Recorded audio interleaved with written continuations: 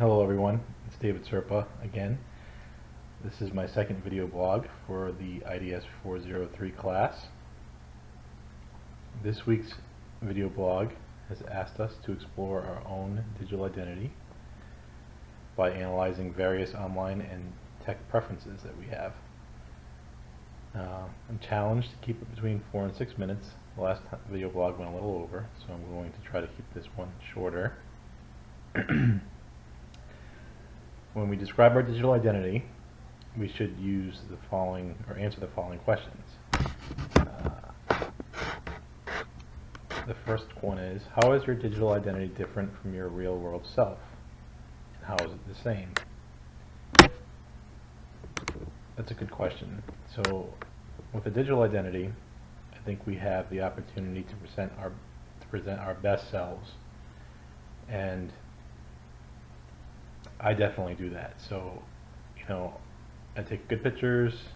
I make sure I took a shower before I did this video blog and shaved my head so that I'm nice and fresh for the camera, and also so that I'm more comfortable so I can give a good presentation.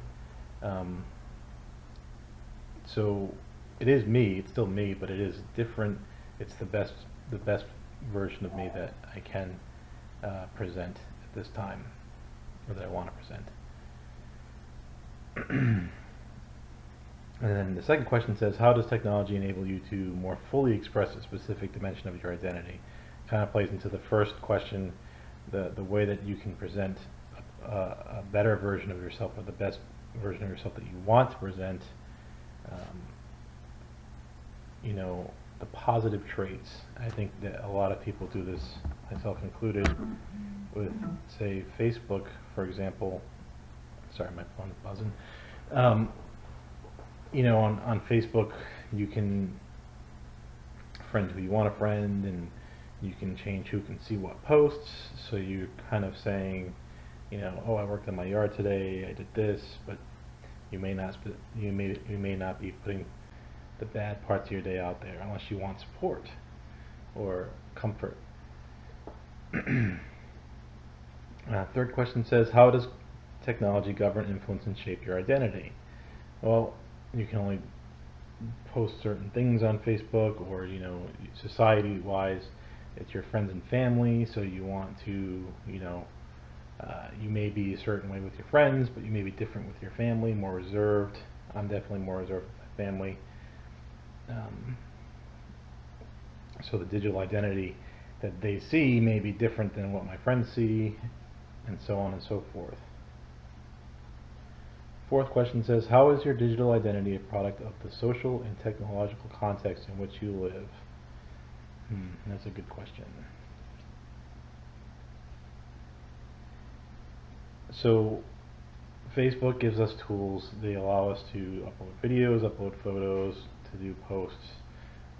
Twitter lets you do short texts that you can display publicly. YouTube, you can upload videos. All of these are different technological contexts. Text messages. A good example is the TED Talks video of how text messages can get out of hand, or they can be very comforting when you need them. All these contexts help shape our digital identity,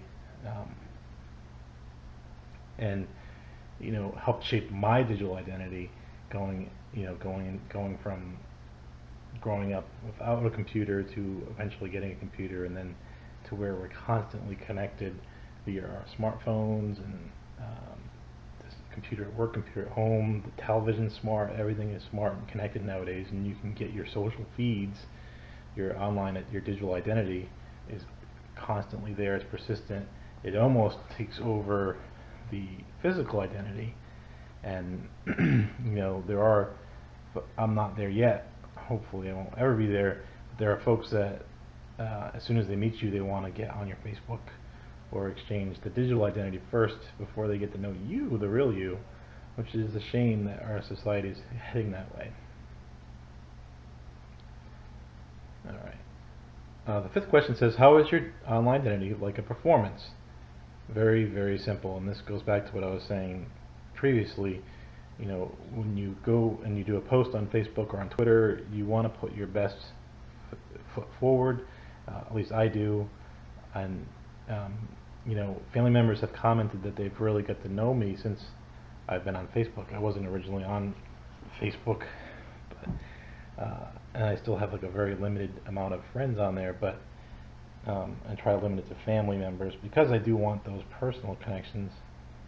However, my family members, I'm a little bit introverted and a little bit shy in person, so I think my family members that didn't know me too well really got to know me better through Facebook, because they can scroll through my posts and they can see what I'm doing, and they got a better feel for my personality through my online performance, which is a performance of myself, so for their benefit and for my own benefit. Okay, so the sixth question is, how is behavior different when you know it's public? And as I had said earlier, when you're doing a post, if it's for your friends, it may be one way. If it's for your family members, it may be another way.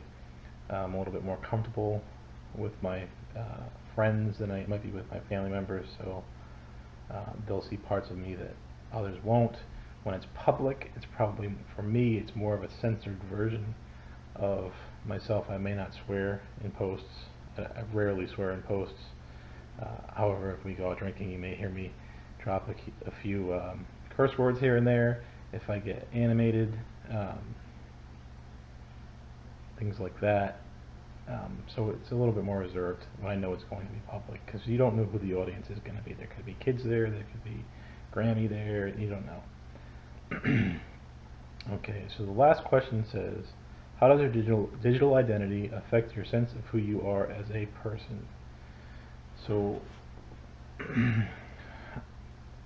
I use my digital identity to help reinforce my values and my cores and my goals and what I want to be, and also kind of use my digital identity as an archive, as a journal, as to reinforce and to remember things that I may not remember off the top of my head, of what I want to do, where I've been, and where I'm going. So I think that's how it works for me. Thank you, and I'll see you next blog.